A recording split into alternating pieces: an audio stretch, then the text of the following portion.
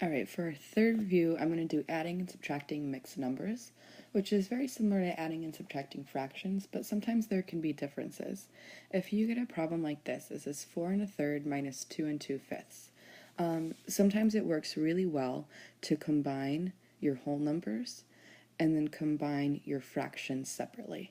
However, sometimes this doesn't always work out as nicely as we would like to, because if this second number is bigger than the first number, we're going to end up with a negative fraction inside of our mixed number, and then we have to subtract it, and it adds a few extra steps.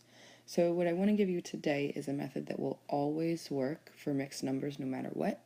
Sometimes it might be a little bit extra work, but for the most part it saves you work. So let me clear off those marks. So what I would recommend doing is changing everything into a fraction greater than 1 first.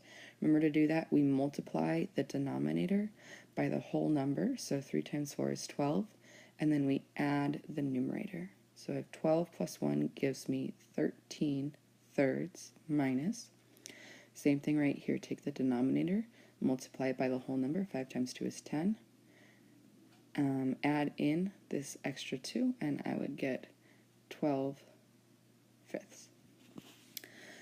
So just like adding and subtracting regular fractions, now I need to use multiplicative identities to make sure they have a common denominator.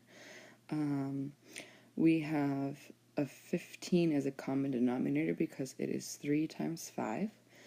So I need to do 13 times 5 also, and I get 65.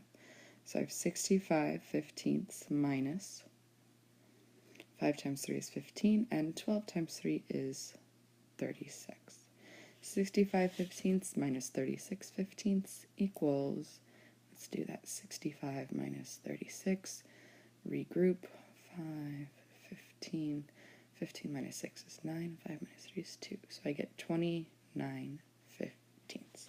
Now all this work is great, but if I gave you the question using mixed numbers, I would expect the answer to be in mixed number format. What that looks like is you have to remember to divide. 15 only fits into 29 once, and it has a remainder of 14. So our answer is 1 because it fits in one whole time, and then we have a leftover 14 15.